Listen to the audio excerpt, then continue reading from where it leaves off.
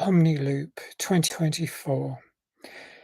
This is a new sci-fi film from the last year, and it seems to be set in Florida, mainly in the Miami-Dade area.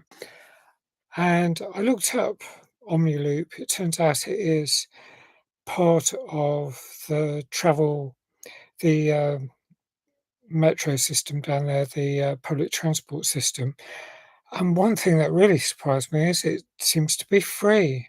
I might look into that more at some point, but that's brilliant if it is actually free. Um, um, I don't see why anyone uses cars if they've got a free public transport system. Okay, if you need to um, carry stuff, maybe you still need cars and vans, but that's impressive. But that this film is sort of sci-fi and it's time travel related. And it's interesting that there were some, I thought, major plot holes. There usually are in time travel style narratives. I think it's really difficult to have a time travel film that doesn't mess up in some way. And I won't go into all of the ways that it is possibly flawed because I think the whole point is you just go with the flow. It's part of the genre to some extent. You just have to accept that things won't stand the test of too much scrutiny. Um, there are some things that are meant to fall in place, and I think um, it's difficult to tell sometimes because scenes get skipped. I think that's one of the things. To create a story that flows and has sufficient brevity, you have to jump at times, and our minds jump with it. But some people are better at catching up than others. That's something I remember being covered in an analysis of movies about 30 years ago, and I was wondering, do I think about things a bit too much? Do I analyze things that some people just accept? And I do tend to accept a lot more things rather than just criticize things for the sake of it. Um, you just have to suspend disbelief in some things. I mean, the whole concept of time travel, anyway. Um, but the way films jump forward can mean that you have to um, imagine those scenes happening and let your mind skip forward. Um, and I think some people don't, and that's why they probably are dissatisfied by it. Now, in terms of what films it's like, I was thinking Happy Death Day. I mean, in this case, there is a woman who is on the verge of dying and she's rushed to hospital, and it turns out she's got a black hole in her chest and it's killing her. Um, and she takes this pill and it seems to work. And there's countless iterations. In some ways, it's also a bit like source code, but not on the sort of short few minute cycle that source code works on. However, it's there's a lot of lovely acting, and that's what really appeals about this film. It has uh, at least two strong women protagonists who interact a lot, and um, there's uh, the men tend to be a bit more peripheral, and that's really a breath of fresh air in films. But there's also there's like the family side of this particular woman who is dying, and then there's her the people she interacts with to try and get further to find out about what can be done. And it's the poignancy of connections. I mean, there's the backstory, her backstory, there's backstories of other characters as well. There's the fallouts, and sometimes I feel, oh, they're really pushing these a bit too much. But then when things were resolved, I think, oh, yeah, all right, fair enough, I accept that. Um, so sometimes I feel characters become overly dependent, and yet I can see why that happens. I feel that way too. And there's all of facial expressions that really draw me in emotionally, and that's what good acting is all about. It can bring me close to tears often in films, and I think, wow, um, that's why I think this film gets a very high score. I notice now on the films I see on Now, which is a streaming service, it says on the screen in the left-hand corner, it gives the rating in on Rotten Tomatoes as well as the rating on IMDb. And this one had 49% for IMDb and 84% for Rotten Tomatoes. Um, and that way I knew, I thought, right, well, I think I'm more likely to like it if Metacritics, the sort of um, theatre and cinema critics are rating it highly. I think I'm more likely to like it. I mean, I often don't use it as a guide, but when I do notice it, I think, "Oh, right, that's probably a good sign."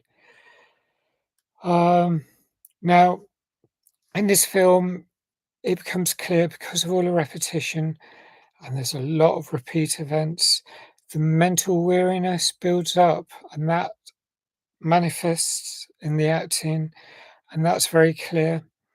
I mean, again, that shows up in quite a few time travel films.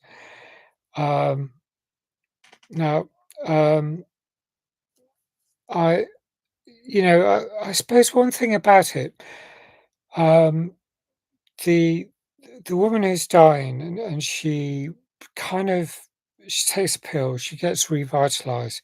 She has to go back to scratch, and I allow for the leeway of she goes through all the process again and jumps forward, usually to the same place, but sometimes with variations. I know, sometimes I almost had to guess. I mean, you do have to guess simply because of the way, oh, I see, she's gone into this type of timeline now. I suppose I'm thinking about all those multiverse films as well, everything, everywhere, all at once, because there's so many parallel universes being created by every single time that she goes through this process. And my imagination runs away because I think, well, if this one person's getting a lot of multiverses, what about everyone else? Are they getting it as well, or are they just having a relatively 2D experience of life, or maybe 3D, but certainly not 4D? I guess it is 4D when you're in the multiverse dimension, the parallels of all these different universes.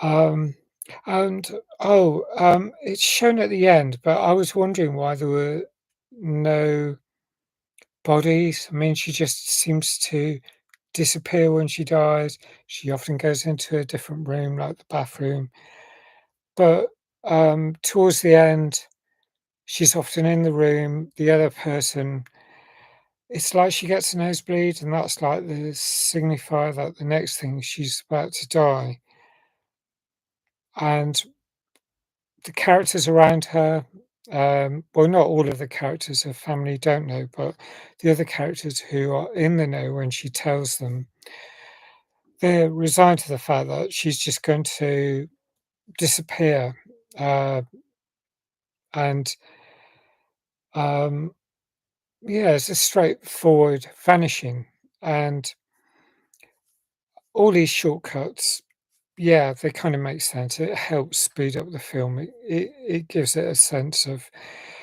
it's something like 107 minutes in length, and that is just about right. If it had been over 2 hours, I would not like this film as much. So I do appreciate that, and it comes to a satisfactory conclusion. Um, it's very much a sort of um, one of those films that does make sense when you see the whole thing um, in its entirety at the end. Um, but simply because you're having to think about, if you're thinking things through at different levels, there's this scene where she's reminded of her family, and because of that, she suddenly notices all build up of voicemail messages on her cell phone. And that, again, it's almost like if you've got multiple universes, surely the phone would only contain one series of messages from that one time. And what I was getting the impression from listening to an overwhelming number of voicemail messages was that she was listening to more than one multiverse worth of calls. I mean, maybe it wasn't. I don't know, but that was one of those things that I couldn't really square off in my head. I was thinking, well, what's going on? I got the enormity of it just because it is a very emotional scene because it's got all these um, really emotional messages, and I was expecting that to happen. I had thought so. Like she's appearing in front of her daughter all of the time, and her daughter sees her die multiple times, many, many times. So surely she must feel really terrible, and that's the impact of um, the voicemail messages. And maybe that's just from one timeline, as I say. I mean, either way, I don't know what's happening, but it feels almost like it's. I don't think it's a spoiler because I'm trying to have to explain this particular situation. It certainly isn't a spoiler for the end because so much else happens. But it's almost like I was wondering, well, she's just reappearing in front of her family again. So it's another universe each time, and all those previous um, universe daughters and her daughter's husband, they're going to be distraught, all of them. So um, whether that's resolved or not, I don't know. But um, towards the end, you feel that there are resolutions, certainly on one timeline. And I suppose the fact that they've this film is about many, many different timelines is just one of those awkward things that you just have to accept that there's going to be lots of um, lots of trauma out there in different universes, and if there really were parallel universes, that would be the case. Whatever happened in the world, uh, you know, it's just one of those fairly, um, I can't really see parallel universes really existing because of this, because it would just make the enormity of life even worse. I mean, we have to deal with bereavements, with awful tragedies often. I mean, all the people who have suffered from every tragedy that's happened and all the big, the wars, things like the 11th of September attacks, the 7th of July bombings, all the Grenfell Tower, many different, plane crashes, train crashes, anything.